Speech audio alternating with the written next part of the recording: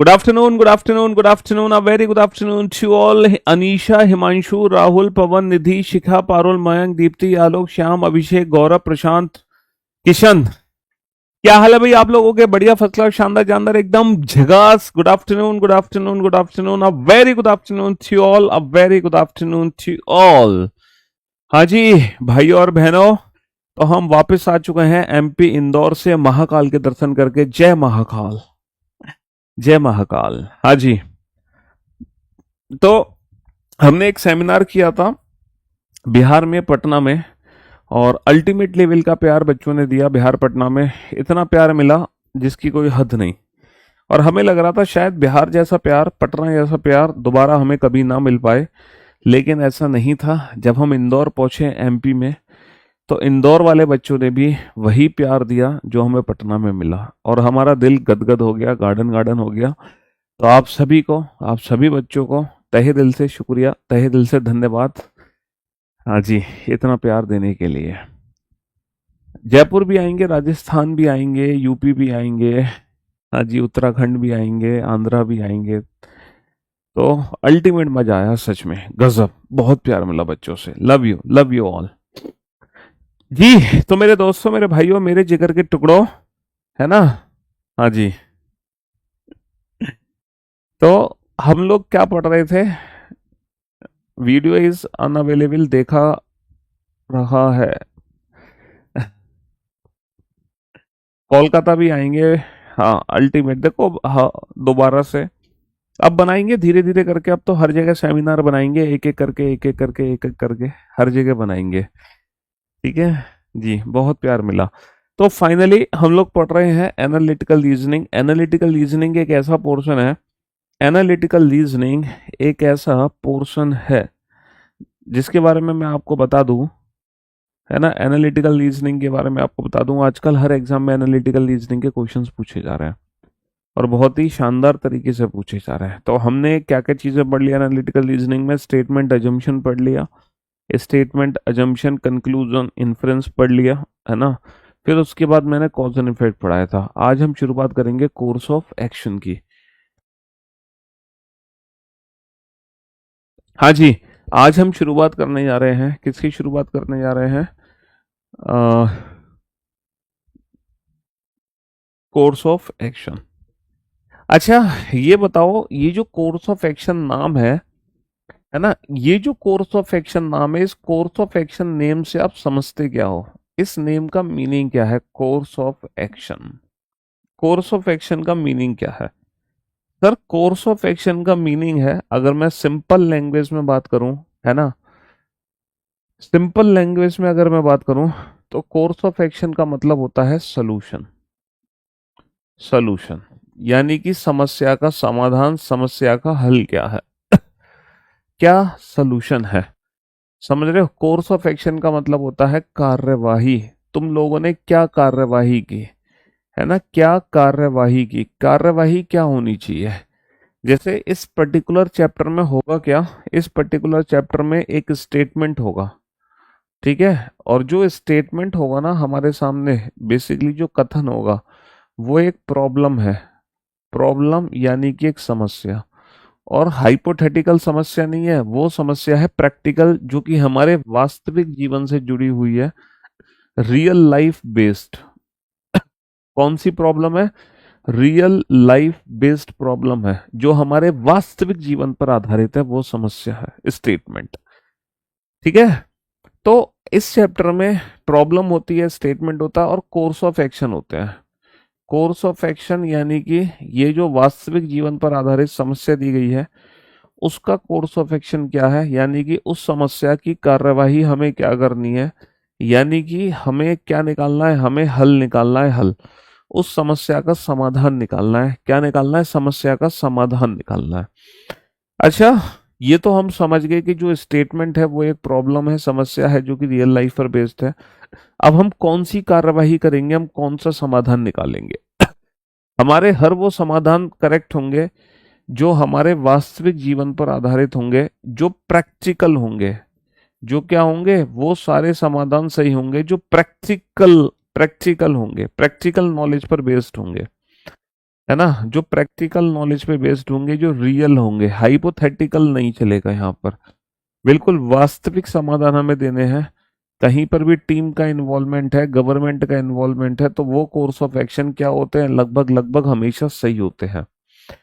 बिल्कुल भी हाइपोथेटिकल हमें नहीं सोचना है इस चैप्टर में, एकदम बिल्कुल बेसिक लेवल से सोचना है और एकदम रियलिटी के साथ सोचना है कि हाँ, तुम्हारी आंखों के सामने ये घटना घटित हो रही है और तुम वहां पर एक अधिकारी हो, तो तुम्हें क्या समस्या का समाधान निकालना चाहिए, और आप वही समस्या का समाधान निकालोगे जो प्रैक्टिकल होगा, जो रियल होगा। बिल्कुल भी इमेजिनरी हाइपोथेटिकल सिचुएशन पैदा नहीं करोगे, है ना, हाइपोथेटिकल सिचुएशन पैदा नहीं करोगे, एकदम रियल लाइफ पर बेस्ड समाधान हमें निकालने होंगे। और बहुत मजा आएगा इस चैप्टर को पढ़ के। देखो, जितना मजा आपको वो वाला चैप्टर पढ़ के नहीं आया था, कौन सा, cause and effect, cause and effect पढ़ के आपको अल्टीमेट मजा आया था, वैसे ही जो मजा आएगा अब आपको कोर्स ऑफ एक्शन में भी आने वाला है। कोर्स ऑफ एक्शन में भी उसी लेवल का मजा आने वाला है जैसे कॉज एंड इफेक्ट में आया था। मैंने कहा था कि कॉज एंड इफेक्ट में आपको एक भी सिंगल क्वेश्चन का आंसर मैं गलत नहीं होने दूंगा। वैसा ही सेम 30 जून 2025 को मंडे है, आज वैसे 30 जून ही है, तो 1 जनवरी 2020 का दिन क्या होगा बाबू? 1 जनवरी 2020 को वेंसडे था। हो गया without pen paper question solve. 1 जनवरी 2020 को वेंसडे था। 2025 और 2020 की बात करोगे तो बेटा 5 साल का डिफरेंस है, प्लस लीप ईयर कितने हैं? 2020 ऐसे लीप ईयर काउंट होगा क्योंकि 1 जनवरी से 2025 तक पहुंचोगे तो 29 फरवरी क्रॉस करोगे, और 2024 भी लीप ईयर काउंट होगा। 5 और 2 7 का मतलब 0, यानी कि ईयर के बीच में ऑड डेज 0 है। सिर्फ और सिर्फ मंथ के बीच में ऑड डेज निकालने हैं। जनवरी में बेटा कितने दिन बचे हैं? जनवरी में कितने दिन बचे हैं? 30। तो जनवरी में 30 दिन बचे हैं, क्योंकि 31 में से गया 30, 30 का मतलब होता है 2।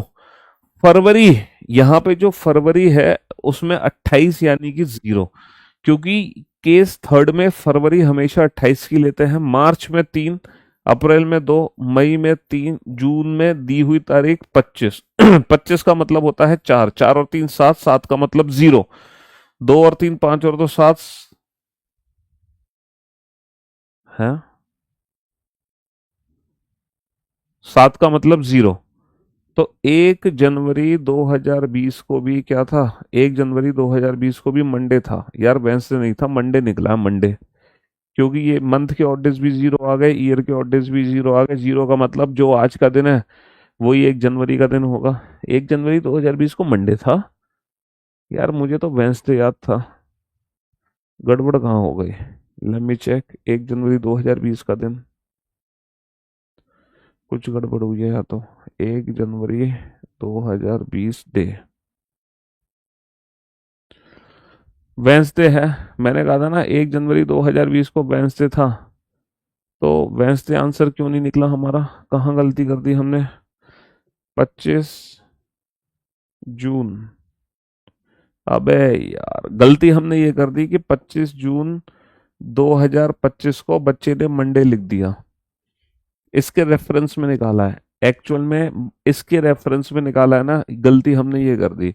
जबकि हमें इसके रेफरेंस से निकाला है तो डेफिनेटली 1 जनवरी 2020 को मंडे ही आएगा, क्योंकि जो 25 जून 2025 का दिन है वही दिन एग्जैक्टली 1 जनवरी 2020 का है। अगर ये मंडे तो ये भी मंडे है, लेकिन एक्चुअल में 25 जून को मंडे था नहीं, एक्चुअल में 25 जून को वेंसडे होगा।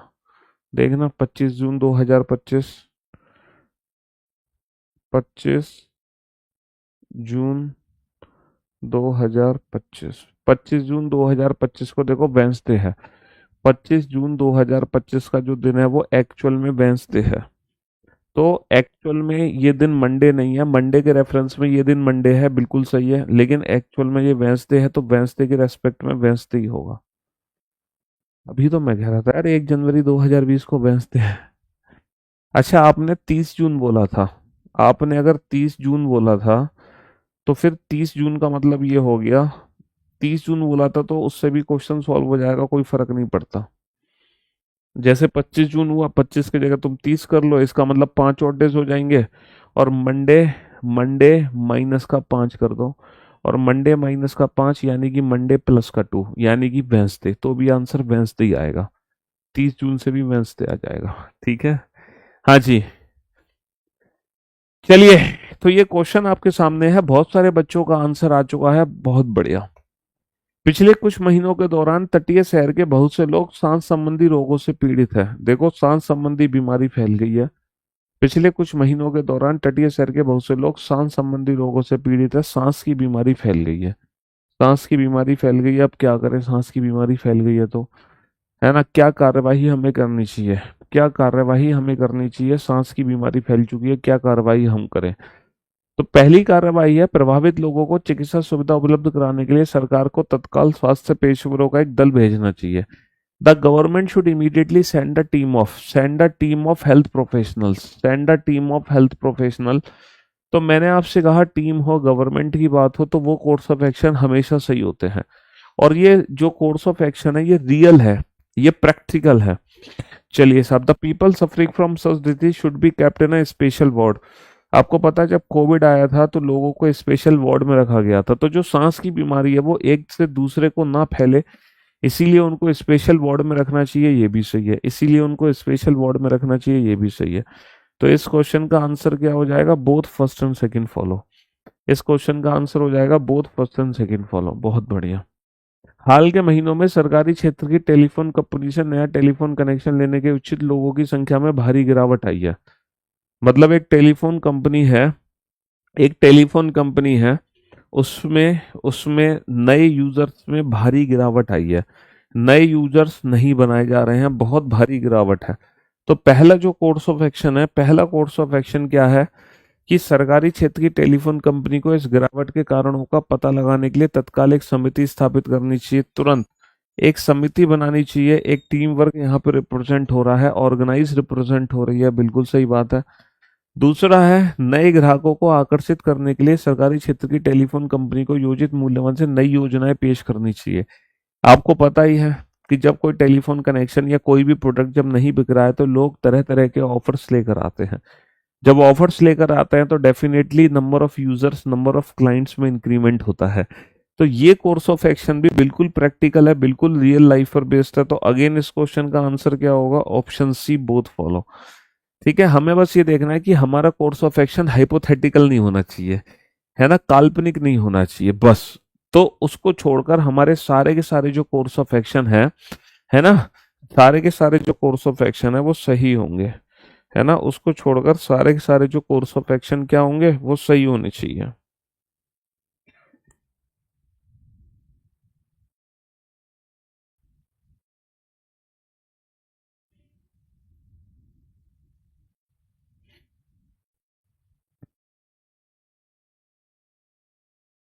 बनाओ फटाफट से इस क्वेश्चन को।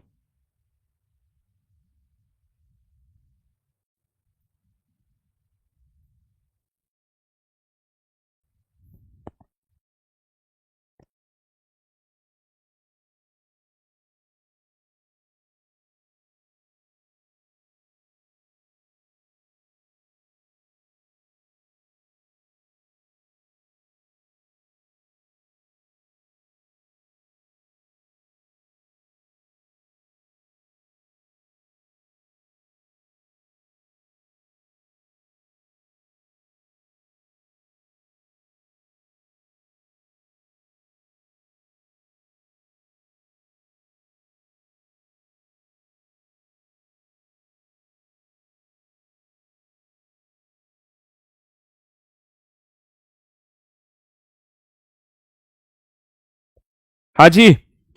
तो बेटा, ये जो स्टेटमेंट है ये क्या है? तेज गति से जाते हुए एक ट्रक ने प्रातःकाल सड़क के किनारे सोए हुए बहुत से लोगों को गंभीर रूप से घायल कर दिया। सलमान खान रिटर्न।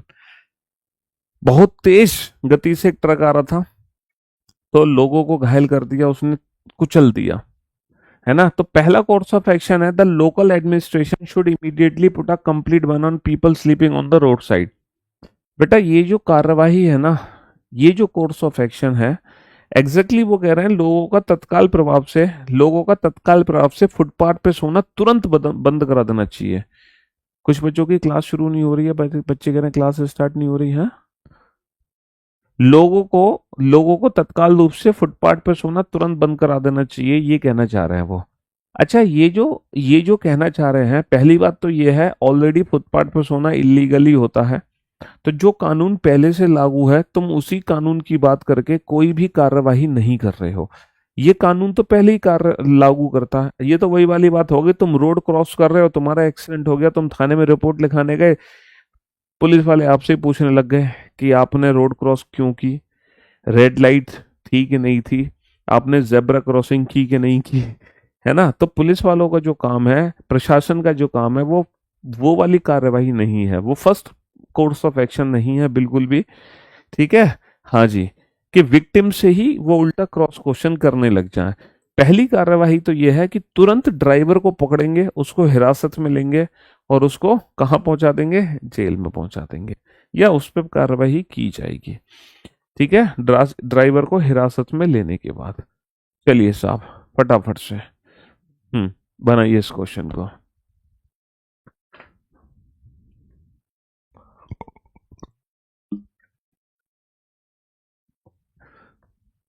बेटा ये एग्जाम्स के क्वेश्चन है, सारे पूछे गए, मैंने अपनी मर्जी से नहीं बनाए, ये सारे क्वेश्चन एग्जाम से पूछे गए मेरे भाई, और एग्जाम में ऐसे ही क्वेश्चन आएंगे, चिंता मत करो। ये एग्जाम्स के क्वेश्चन है, घबराने की आवश्यकता नहीं है तुम्हें बिल्कुल भी। Tension not.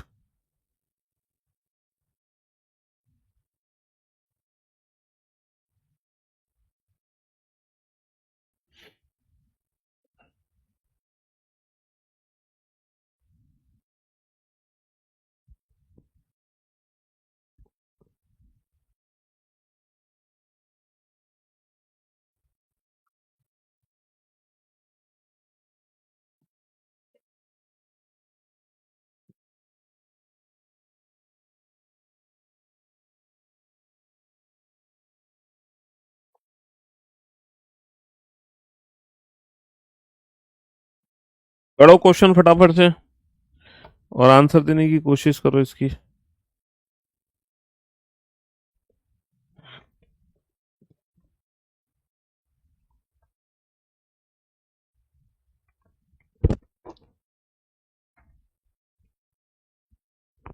हाँ जी,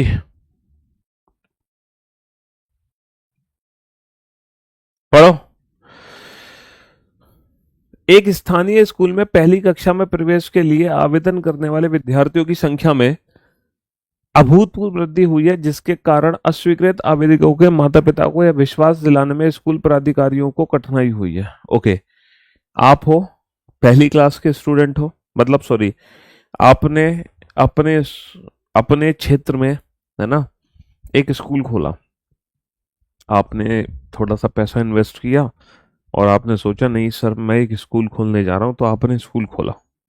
लेकिन आप इतने पॉपुलर हो अपने एरिया में, जब आपने स्कूल खोला तो आपके स्कूल में एडमिशन कराने वाले माता पिताओं की लाइन लग गई अपने बच्चों का एडमिशन कराने के लिए। और पहली देखो, जब हम स्कूल खोलते हैं तो हर क्लास में जो नंबर ऑफ सीट्स होती हैं वो लिमिटेड होती हैं। तो आपको 50 सीट्स के लिए क्या मिल गई, आपको 50 सीट्स के लिए वो मिल गई, क्या कहते हैं उसको, परमिशन मिल गई। लेकिन आप इतने पॉपुलर हो अपने क्षेत्र में, इतने पॉपुलर हो अपने क्षेत्र में कि 50 सीट पर एडमिशन लेने के लिए कम से कम 200 पेरेंट्स आ गए कि मैं भी अपने बच्चे का एडमिशन आपके स्कूल में कराऊंगा, मैं भी अपने बच्चे का एडमिशन आपके स्कूल में कराऊंगा। तो अब आपके सामने समस्या है कि आप करोगे क्या। अब मान लो सारे के सारे आपके जानने वाले हों, तो आप करोगे क्या। तो पहला कोर्स ऑफ एक्शन है, स्कूल प्राधिकारियों को आवश्यक संख्या के चयन हेतु विद्यार्थियों को प्रवेश संबंधी वस्तुनिष्ठ मापदंड तत्काल दर्शाने चाहिए, एक ऑब्जेक्टिव क्राइटेरिया उनको रख देना चाहिए। सर यही प्रैक्टिकल सोल्यूशन है कि हमें एक ऑब्जेक्टिव क्राइटेरिया रखना पड़ेगा ताकि हम उन 200 में से सिर्फ 50 का सिलेक्शन कर सकें। दूसरा है, the school authority should open another school in the area to accommodate the remaining student. आप ये बोलो सबसे किसी को टेंशन लेने की जरूरत नहीं है, मुझे एक हफ्ते का टाइम दो, मैं दूसरा स्कूल खोल दूंगा, उसके बाद तीसरा खोल दूंगा, उसके बाद चौथा खोल दूंगा। तो ये जो कोर्स ऑफ एक्शन है ये बिल्कुल भी प्रैक्टिकल नहीं है, ये कोर्स ऑफ एक्शन बिल्कुल भी प्रैक्टिकल नहीं है। इतनी जल्दी थोड़ी हम दूसरा स्कूल खोल देंगे। बेटा न्यू बुक जो लॉन्च होगी वो जुलाई यानी कि नेक्स्ट मंथ में लॉन्च होगी, नेक्स्ट मंथ, अगले महीने में। जुलाई खत्म होने से पहले मैं उस किताब को लॉन्च कर दूंगा, चिंता मत करो। बस इंतजार अब कुछ ही देर और करना है, ज्यादा नहीं करना, है ना। इंतजार कुछ ही और करना। हम्म।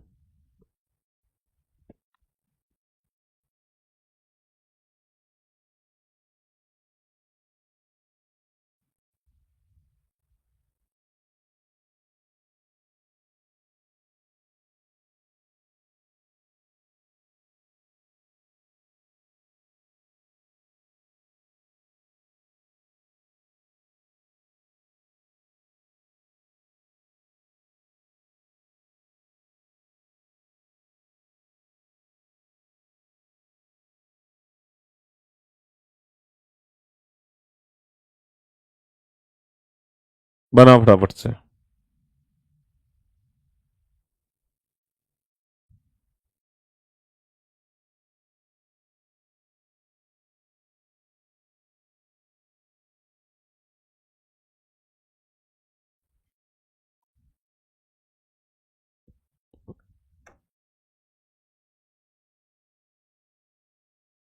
हाँ जी। स्थानीय कॉलेज के प्राचार्य ने आदेश दिया है कि प्रवेश विवरण में कॉलेज प्राधिकरण द्वारा तय किए गए ड्रेस कोड का सभी छात्र सख्ती से पालन करेंगे। मतलब तुमने एक स्कूल खोला, एक कॉलेज खोला, तो तुम्हारे कॉलेज में क्या दिक्कत हुई? यार कोई ड्रेस कोड ही फॉलो नहीं कर रहा। तुमने यूनिफॉर्म बनाई है अच्छी सी अपने स्कूल के बच्चों के लिए, लेकिन तुम्हारी बात कोई सुन ही नहीं रहा, सब अपनी मर्जी से कपड़े पहन के आ रहे हैं। तो बड़ी समस्या है। तो इस समस्या का समाधान कैसे होगा? ड्रेस कोड का उल्लंघन करने वाले छात्रों को कॉलेज से निकाल देना चाहिए। Those student who are found to violate the dress code should be restricted from the school. अगर आप बेटा रेस्ट्रिकेट करोगे, अगर आप रेस्ट्रिकेट करोगे तो एक ना एक दिन तो किसी ना किसी से गलती होती है। भाई कभी कभी पता है क्या होता है कि हमारी बारिश में ड्रेस गीली हो जाती है, वो सूख नहीं पाती यूनिफॉर्म, या कभी यूनिफॉर्म फट जाती है, या कभी कुछ हो जाता है, कभी कुछ हो जाता है ना। तो कभी ना कभी तो ऐसा होता है कि हम यूनिफॉर्म नहीं पहन पाते हैं स्कूल की। तो जब हम यूनिफॉर्म नहीं पहन पाते हैं स्कूल की, तो अगर हम रस्टिकेट करने पाए ऐसे, तो एक साल में पूरे स्कूल में सारे बच्चे गायब हो जाएंगे। Those student who are found to violate the dress code for the first time should be reprimanded and be warned against for the violation. सही बात है बेटा। जो पाए गए हैं बच्चे, जो बच्चे पाए गए हैं ना ऐसा करते हुए, उनको वार्निंग देनी चाहिए। साल बहुत पिटोगे तुम अगर अगली बार से ऐसा किया तुमने तो, और अगली बार से स्कूल से निकाल दी जाओगे। बिल्कुल वार्निंग हम दे सकते हैं। तो बेटा जिस तरीके से कॉज एंड इफेक्ट में एक भी क्वेश्चन का आंसर गलत नहीं हो रहा था, उसी तरीके से कोर्स ऑफ एक्शन में भी, कोर्स ऑफ एक्शन में भी, है ना, है ना, आंसर हमारे गलत नहीं हो रहे हैं। जिस तरीके से कॉज एंड इफेक्ट में गलत नहीं हो रहे थे, वैसे कॉज एंड इफेक्ट में भी गलत नहीं हो रहे हैं।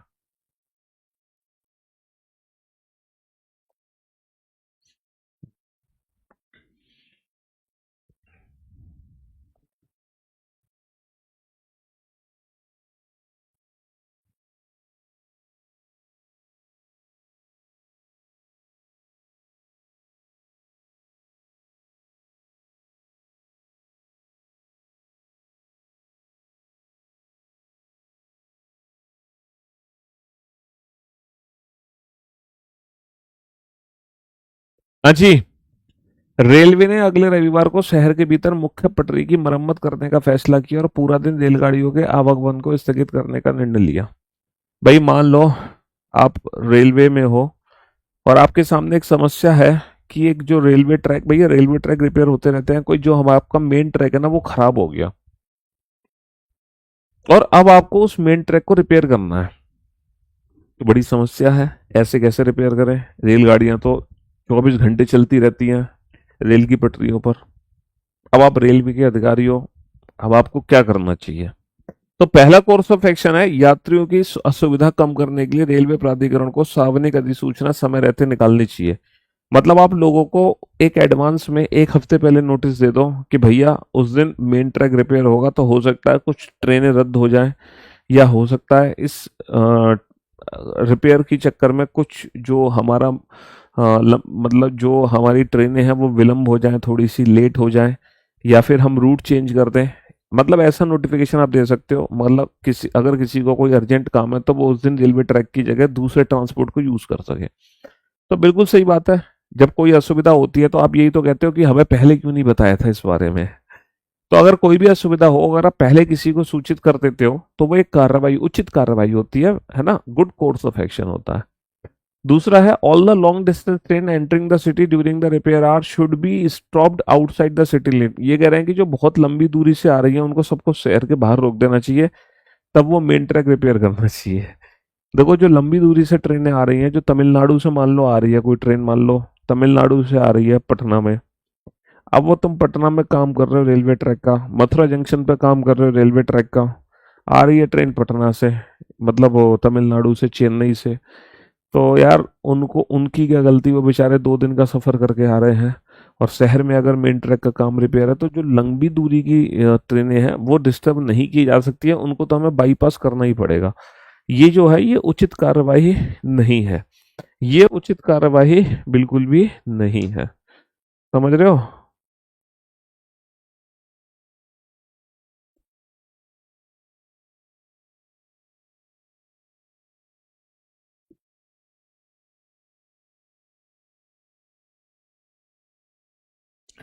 फटाफट से पढ़ो क्वेश्चन, जल्दी से। हम्म। एक प्रसिद्ध बीपीओ कंपनी ने कार्यरत शहर के कर्मचारियों ने कंपनी द्वारा किए गए अमानवीय व्यवहार के खिलाफ विरोध स्वरूप अपनी अपनी नौकरियां छोड़ दी।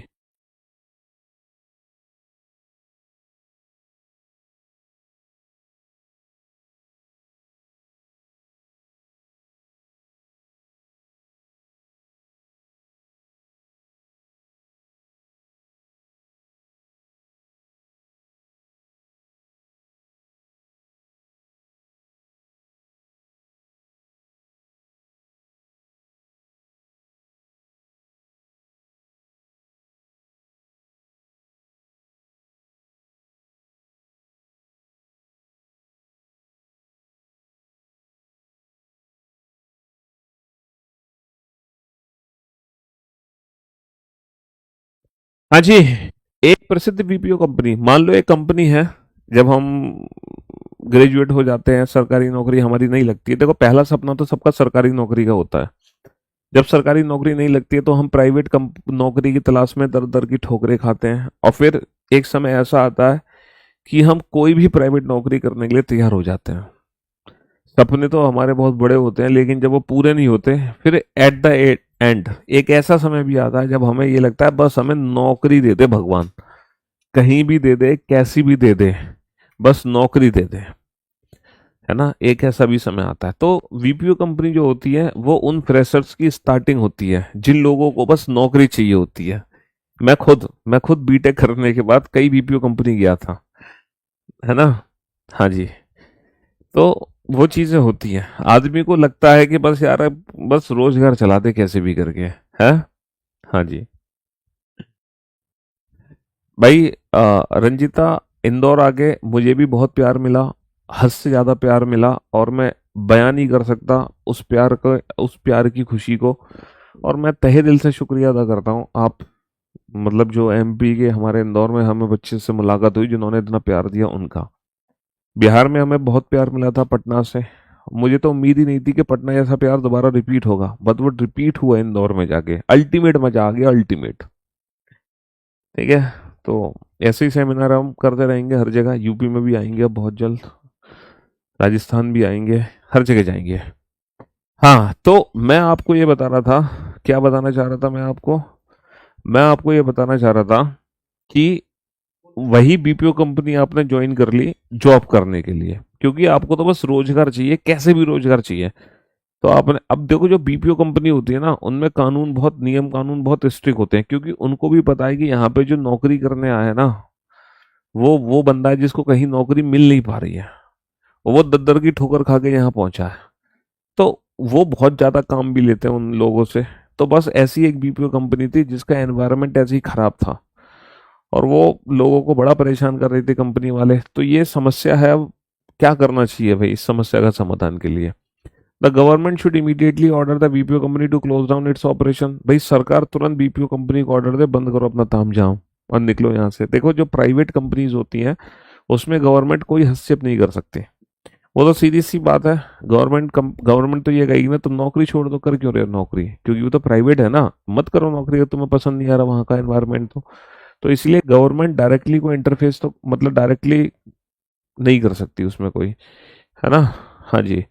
Next, the VPO company should shift its operation to some other place to continue its operation. मतलब वीपीओ कंपनी वाले ये सोचे कि यार हमने कंपनी खोल रखी है दिल्ली में, यहाँ के लोग तो बड़े चालू हैं, वो बड़ा डिस्टर्ब कर रहे हैं हमें, वो नहीं कर रहे ढंग से काम, एक काम करते हैं इस तामझाम को कंपनी को उठा के जयपुर ले चलते हैं राजस्थान में, वहाँ के लोग बड़े सीधे हैं तो वो बेचारे चुपचाप काम कर लेंगे, है। तो उस कंपनी को आप बेटा चाहे दिल्ली में हो, चाहे जयपुर में हो, चाहे पटना में हो, चंडीगढ़ में हो, कहीं ले जाओ। कंपनी के अगर रूल्स अगर दिल्ली में लोगों को पसंद नहीं आए, वो तो जयपुर में भी नहीं आएंगे, वो तो कहीं नहीं आएंगे, सीधी सी बात है। तो वो डिस्टरबेंस तो हर जगह ही क्रिएट होगा, है, चाहे जाओ दिल्ली मुंबई आगरा, है, चाहे जाओ दिल्ली मुंबई आगरा, कंपनी तो जैसी है वैसी रहेगी। समझ रहे हो, तो उसको कहीं भी शिफ्ट कराओ उससे कोई फायदा नहीं है। एट द एंड हमें रूल्स रेगुलेशन में ही सुधार लाना पड़ेगा, बिना रूल्स रेगुलेशन में सुधार लाए काम नहीं चलेगा। बीपीओ कंपनीज होती हैं वो टेलीफोनिक कंपनीज होती हैं, टेलीकॉलर टाइप, बस ये समझ लो।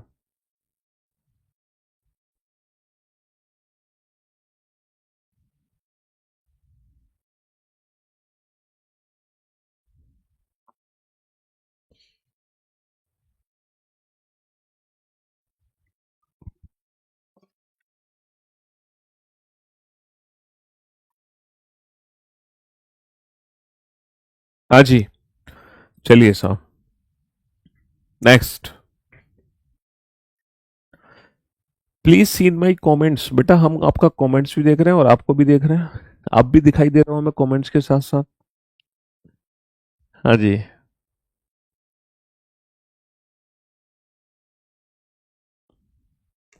सर हमें ये समझ नहीं आ रहा कि एक बच्चे ने कुछ बोल दिया भाई कि आप बिहार की इतनी तारीफ कर रहे हैं, खुद मैं बिहार से हूं लेकिन यहाँ के लोग हुलर हैं, क्या आप तारीफ कर रहे हैं, क्या बात कर रहे हो भाई। हमें तो बहुत प्यार मिला था यार पटना से, और इंदौर से भी बहुत प्यार मिला। हम तो दो जगह सेमिनार करने गए, दोनों जगह बच्चों ने असीम लेवल का प्यार दिया हमें, तो बेइंतहा मोहब्बत करते हैं बच्चे हमसे। हाँ जी। The management of the organisation has issued a circular to all its employees stating that each employee must report at the duty for sharp 10 a.m. and should remain in his or her workplace till 5:30 p.m. every day। ये कह रहा है बेटा सुबह 10 बजे आ जाओ और 5:30 बजे तक यहाँ रहना ही रहना है ऑफिस के अंदर। आपने एक ऑफिस खोला, अब आपके जो एम्प्लॉयज हैं वो बड़े नालायक हैं, 10 बजे का ऑफिस है, आ रहे हैं 11 बजे, 5:30 बजे छुट्टी होती है, चले जाते हैं 4:30 बजे। अब आप क्या करोगे। अब एक एक एम्प्लॉय को मॉनिटर तो कर नहीं सकते, मान लो कंपनी में 1000 एम्प्लॉय हैं, तो बड़ी समस्या है। इसके लिए क्या कहेंगे, इसके लिए इसके लिए क्या करेंगे। तो पहला कोर्स ऑफ एक्शन है, the management should evolve a mechanism to identify such employ who may not follow the time schedule. ये कह रहे हैं the management should evolve a mechanism, एक ऐसी मैकेनिज्म बनानी चाहिए जिससे हमें पता चल सके कि कौन फॉलो कर रहा है टाइम शेड्यूल को, कौन नहीं करना। बायोमेट्रिक सिस्टम, आपने देखा होगा आजकल हर कंपनी में बायोमेट्रिक सिस्टम है जो टाइम को अच्छे से मैनेज कर लेता है ना, बायोमेट्रिक सिस्टम, बिल्कुल सही बात है। All such employ who are found to failing to maintain the time schedule should be summarily suspended. देखो एक क्वेश्चन था इस प्रिंसिपल वाला जिसमें परमानेंट हम सस्पेंड कर रहे थे बच्चों को, लेकिन यहाँ पे जो सस्पेंड है ना वो परमानेंट सस्पेंड नहीं है, वो 2-4 दिन 2-4 हफ्ते के लिए है। कहते हैं ना लातों के भूत बातों से नहीं मानते, क्योंकि वो तो छोटे से बच्चे थे, ये बूढ़े लोग हैं, समझते हो, ये लातों के भूत है, ये बातों से नहीं मानेंगे, इन्हें कुछ दिन सस्पेंड करना पड़ेगा, कुछ सैलरी कटेगी इनकी, तब जाके ये इनमें सुधार आएगा। तो परमानेंट तो नहीं, लेकिन कुछ दिन के लिए तो सस्पेंड कर सकते हैं। चलिए साहब इस क्वेश्चन को बनाइए फटाफट से। भारतीय क्रिकेट के मामले में पैसा खेल से ज्यादा महत्वपूर्ण हो गया है। पैसा पैसा पैसा, आपने देखा ही है भाई साहब, हर क्रिकेटर, है ना, सारे के सारे क्रिकेटर कितना पैसा कमा रहे हैं, खेल से तो कमा ही रहे हैं, लेकिन वो एडवर्टीजमेंट कर करके पैसा कमा रहे हैं, है ना। कितने सारे एडवर्टीजमेंट करते हैं और उन सारे एडवर्टीजमेंट से उन्हें करोड़ों अरबों रुपए मिलते हैं। तो पैसा, और वो अपनी, मुझे लगता है कि अगर वो ऐसे ही लगे रहे तो वो परफॉर्मेंस पे तो ध्यान दे नहीं रहे, लेकिन पैसे पे ध्यान देते चले जा रहे हैं। तो government should put a cap on the earning of the Indian cricket board. Government should put a cap on the earning of Indian cricket players. जो गवर्नमेंट है उसको ना उनकी अर्निंग्स को रोक देनी चाहिए। Indian cricket board, wish you very happy birthday dear. Government को रोक देनी चाहिए अर्निंग को, है ना। इंडियन क्रिकेट बोर्ड की अर्निंग को भी रोक दे गवर्नमेंट, और उसकी अर्निंग को भी रोक दे। किसकी अर्निंग को रोक दे? इंडियन क्रिकेट प्लेयर्स की। अरे मेरे भाई, मेरे दोस्त, गवर्नमेंट किसी की भी अर्निंग को कभी नहीं रोक सकती, ना किसी कंपनी की, ना किसी आदमी की। गवर्नमेंट तो कहती है तुम्हें जितना पैसा कमाना है उतना कमाओ, बस हमें टैक्स भरते रहो, हमें क्या दिक्कत है।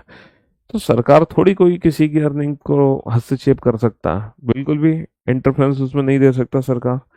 सरकार कुछ भी इंटरफियर उसमें नहीं कर सकती, कुछ भी इंटरफियर नहीं कर सकती।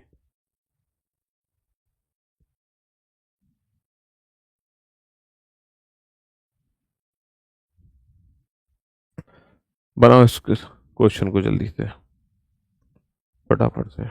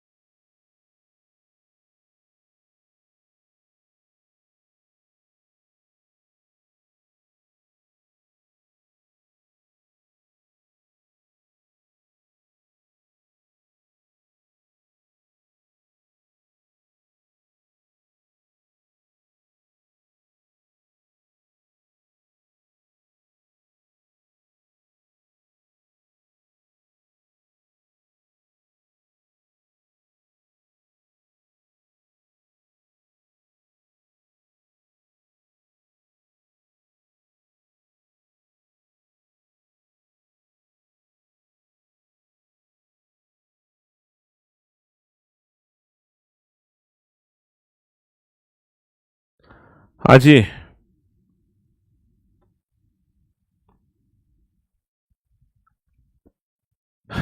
The quality of food grains being distributed in some parts of the country through public distribution system in very poor and not fit for human consumption.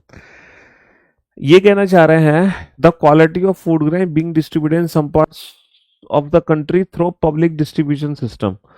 Public distribution system पता है क्या है? राशन। आप लोगों ने लिया है राशन से कभी सामान?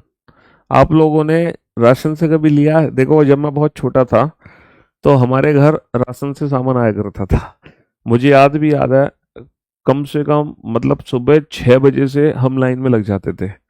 पता है क्या लेने के लिए? एक मिट्टी का तेल आता था। ठीक है, आजकल तो मिट्टी का तेल नहीं आ रहा, सरकार ने बंद कर दिया है। तो मिट्टी, क्योंकि पहले तो घरों में इलेक्ट्रिसिटी इतनी थी नहीं, है ना। तो हमारे घर में मिट्टी का तेल का यूज़ बहुत ज़्यादा हुआ करता था, क्योंकि पहले इतनी वो थी भी नहीं घरों में। हाँ, लाइट भी नहीं थी, इन्वर्टर भी नहीं थे आजकल, है ना। और मुझे आज भी याद है, हाँ, 12th क्लास में तो इन्वर्टर था जब मैं 12th में था, बट जब मैं 10th में था तो हमारे घर में कोई इन्वर्टर नहीं था। वो आता था, इसको हम हंडा बोलते थे, यूपी में तो उसको हंडा बोलते हैं।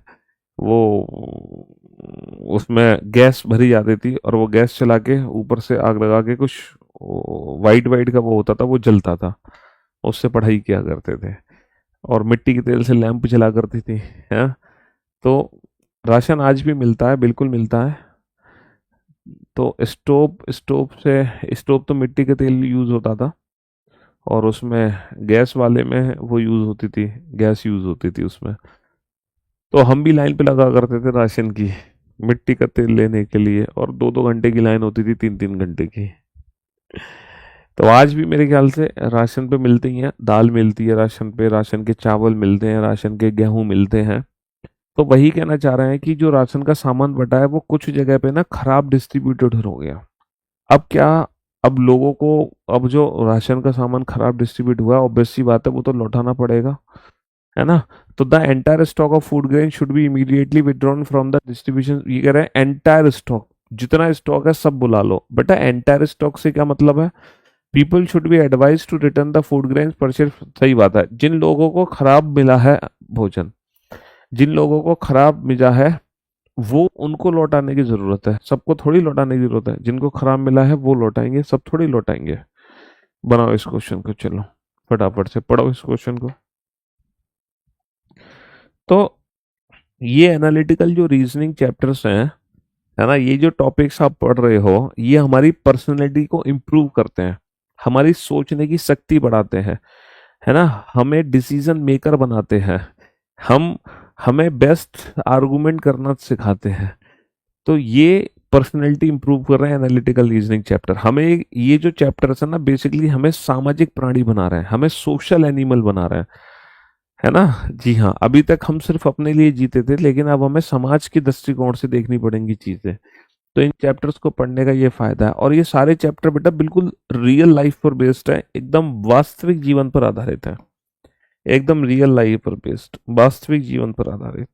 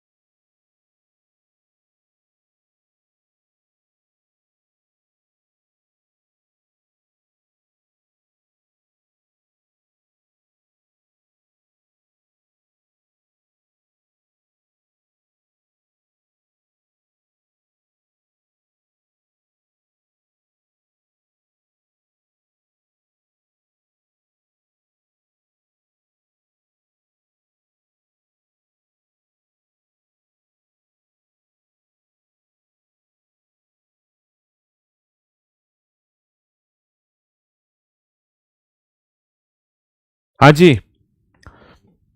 बेटा क्वेश्चन नंबर 9 में रिपीट करना ऐसा कुछ भी नहीं है। जो गवर्नमेंट है वो किसी की भी कमाई को नहीं रोक सकती, ना किसी कंपनी की, ना किसी पर्सनल लेवल पे किसी आदमी की। तेज गति से आ रहे वाहन ने 5 व्यक्तियों को कुचल दिया, जिसके कारण विरोध प्रदर्शन करने के लिए लोग हाईवे पर एकत्रित हो गए और यातायात के आवागमन पर रोक लग दी। मतलब एक तेज कार आ रही थी और वो 5 लोगों को कुचलती हुई चली गई।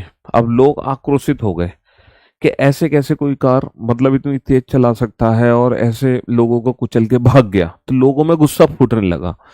तो भाई वहां की लोकल पुलिस को क्या करना चाहिए? The police should fire tear gas shells. उनको तुरंत आंसू गोल से गोले दाग देने चाहिए। नहीं भाई साहब, अश्रु गैस के गोले कैसे दाग सकते हैं हम? हैं? द पुलिस अधिकारियों को चाहिए कि जन भावना को शांत करे, अपराधियों के खिलाफ कार्रवाई का आश्वासन दे और उस स्थान पर पुलिस बल तैनात करे। सही बात है। हमें क्या करना चाहिए? हमें लोगों को शांत करना चाहिए, उनकी भावनाओं को शांत करना चाहिए, है ना। और वहां पे पुलिस बल तैनात कर देना चाहिए कि दोबारा से ऐसा ना हो। लोगों को हमें बताना चाहिए कि बेटा टेंशन ना लो, जो ऐसा करके भागा है ना, जो ऐसा करके भागा है, हम उसको तुरंत हिरासत में लेंगे, उसको तुरंत पकड़ेंगे।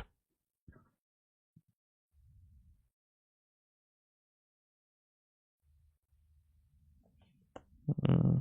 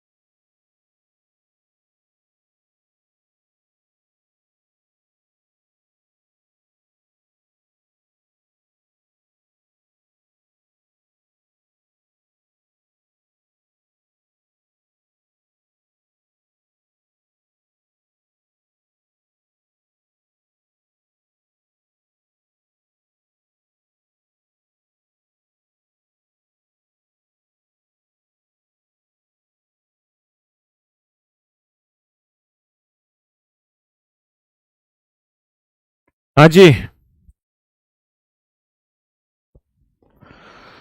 तो मेरे दोस्तों, मेरे भाइयों, एक मकान के ढहने पर 30 लोगों की मृत्यु हो गई। इससे इस इलाके के लोग उत्तेजित हो गए। देखो, मकान ढह गया, लोग तो उत्तेजित होंगे ही, है ना।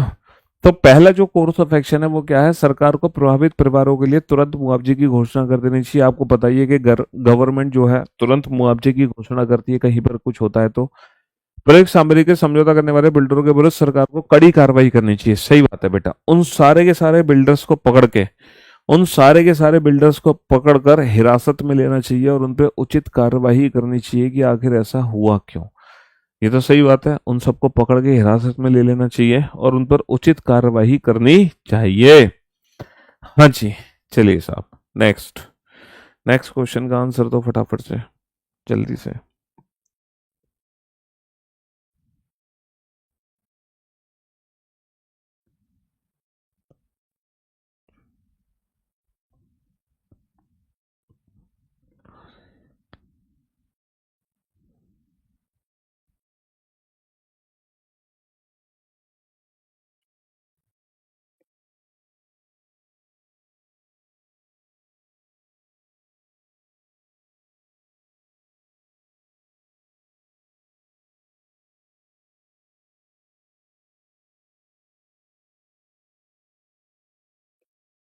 हाँ जी।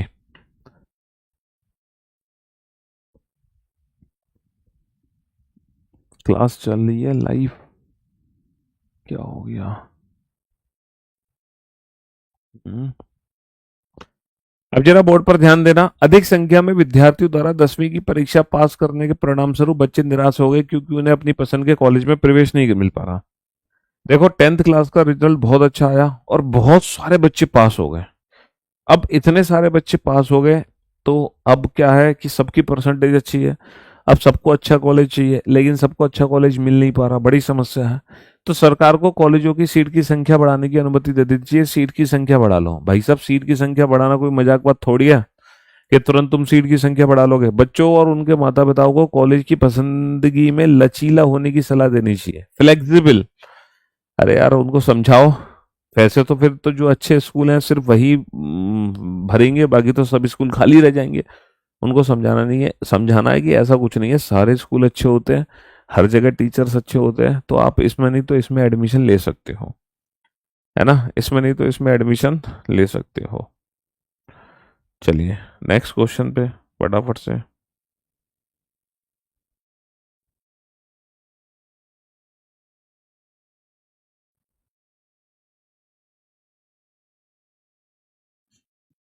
हम्म।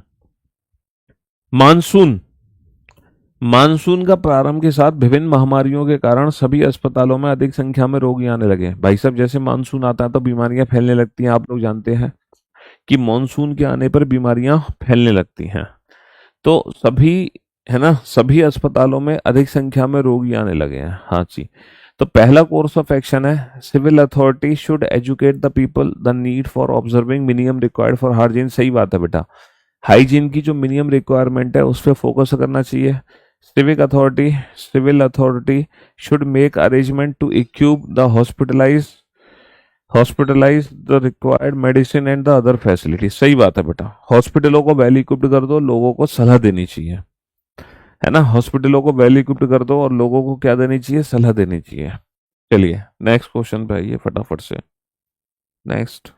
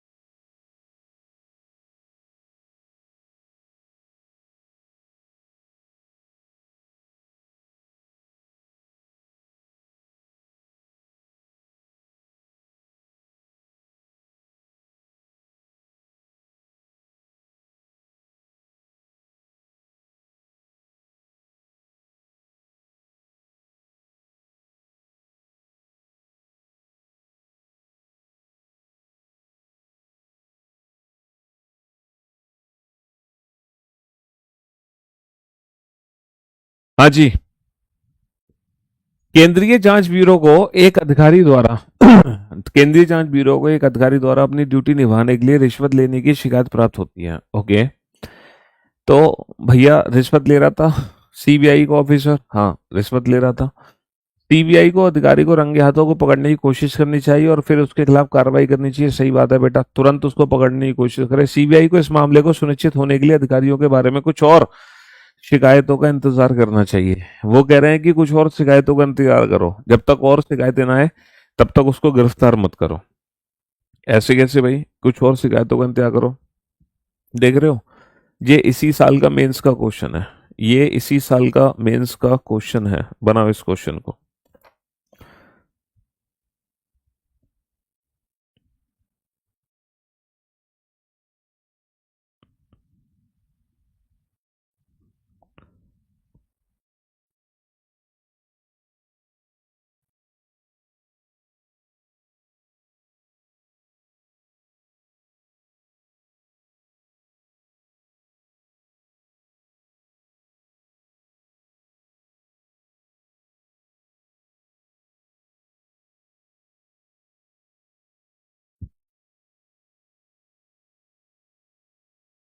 हाँ जी। एक एक ही घर में वोल्टेज में उतार चढ़ाव के कारण उसके कई नए विद्युत उपकरण क्षतिग्रस्त हो गए। ओके। पहला कोर्स ऑफ एक्शन है ए शुड कंसल्ट एन इलेक्ट्रिशियन। भाई सीधी सी बात है, अगर कहीं उसके खराब हो रहे हैं तो उसको कंसल्ट करना चाहिए इलेक्ट्रिशियन से, है ना। बिल्कुल कंसल्ट। स्टेबलाइजर लगवाए अपने घर पे, है ना। अब must replace all the appliances. वो कह रहे हैं कि सारे के सारे जो अप्लायंसेस है ना घर के, उनको रिप्लेस कर दो। पीवाईक्यू प्रैक्टिस के लिए चाहिए होती है बेटा, मैंने टेलीग्राम चैनल पे दी हुई है बेटा पीवाईक्यू की लिंक, फ्री ऑफ कॉस्ट। चिंता क्यों कर रहे हो, बिल्कुल दी हुई है फ्री ऑफ कॉस्ट। कंपनी के तकनीकी, ये भी सीएचएसएल मेंस का क्वेश्चन है। Some serious mistake were found in the technical section of the company, है ना। कंपनी के तकनीकी अनुभाग में कुछ गंभीर गलतियां पाई गई। तो पहला कोर्स ऑफ एक्शन है an efficient technical team should be appointed to check the technical errors. तकनीकी त्रुटियों की जांच के लिए एक कुशल तकनीकी टीम, बिल्कुल सही बात है।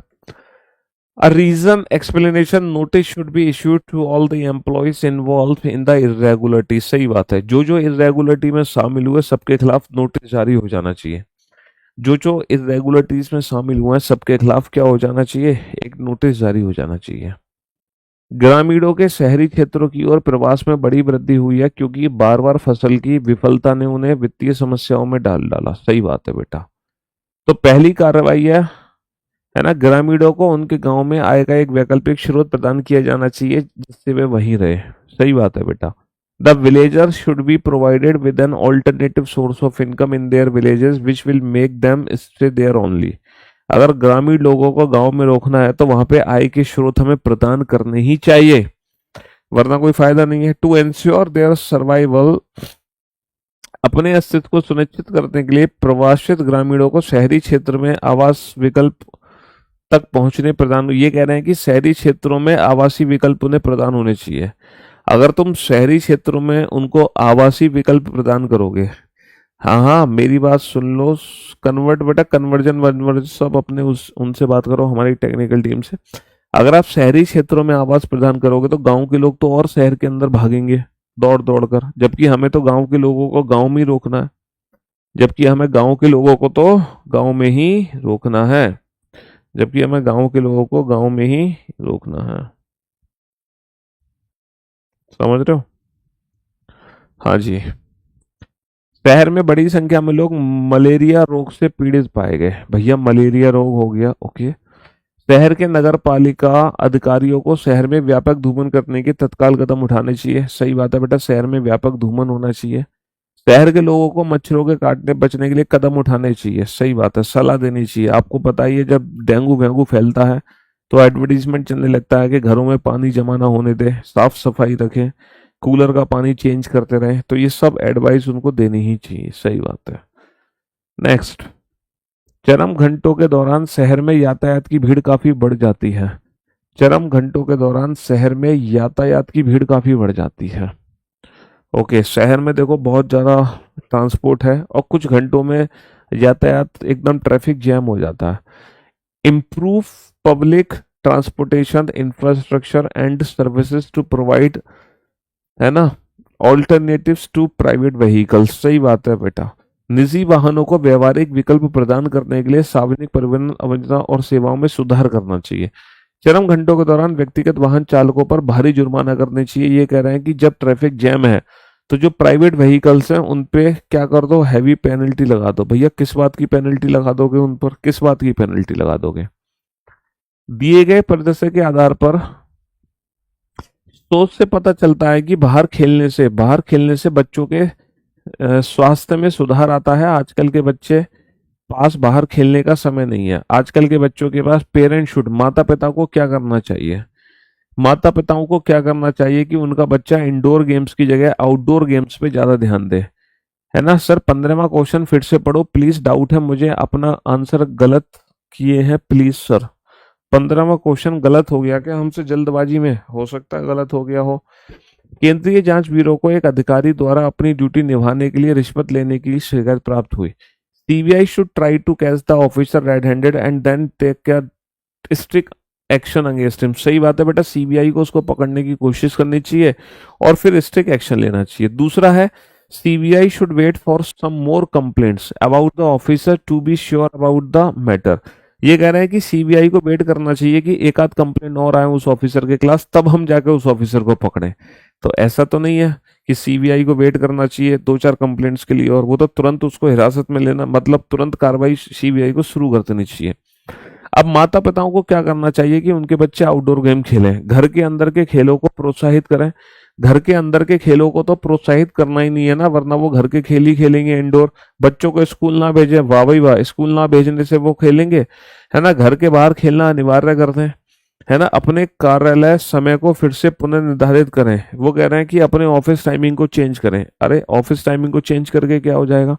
मेक प्लेइंग आउटडोर्स कंपलसरी, बच्चों को बाहर खेलने के लिए कंपलसरी करना चाहिए। चलिए साहब, फैक्ट्री में किसी कर्मचारी द्वारा पहली बार अपराध करने पर, ये वाला क्वेश्चन पढ़ो अच्छे से, ध्यान से।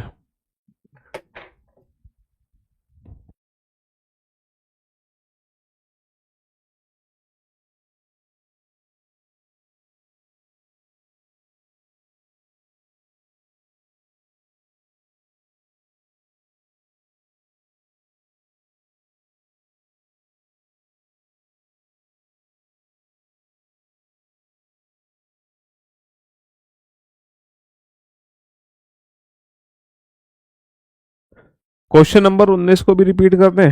19 में क्या दिक्कत है भाई? है, शहर में बड़ी संख्या में लोग मलेरिया रोग से पीड़ित हो रहे हैं। बेटा मच्छरों के काटने से मलेरिया रोग फैलता है। तो पहला जो कोर्स ऑफ एक्शन है वो ये है कि शहर में व्यापक धूमन होना चाहिए। वो नहीं है धुएं वाली गाड़ी आती है, मच्छरों का आतंक फैलता है, तो सही है पहला कोर्स ऑफ एक्शन। दूसरा, लोगों को सलाह देनी चाहिए कि मच्छरों के काटने से कैसे बचना है, ये भी सही है। क्या दिक्कत है इसमें? है, हाँ जी।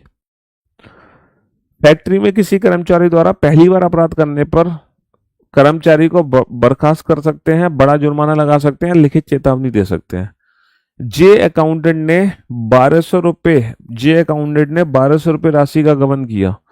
तो फैक्ट्री में किसी कर्मचारी द्वारा पहली बार अपराध करने पर, पहली बार अपराध हुआ उससे 1200 रुपये की उसने गबन किया है, तो प्रबंधक या तो कर्मचारी को बर्खास्त कर सकता है या बड़ा जुर्माना लगा सकता है, लिखित चेतावनी दे सकता है।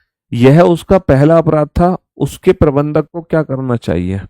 जे को नौकरी से बर्खास्त कर देना चाहिए, 5 रुपए का जुर्माना लगाना चाहिए, भारी जुर्माना लगाना, ना कि 5 रुपए का। एक बैठक बुलाई जाए, बैठक का कोई लेना देना नहीं है ना। जे को फोन करके चेतावनी दे देनी चाहिए।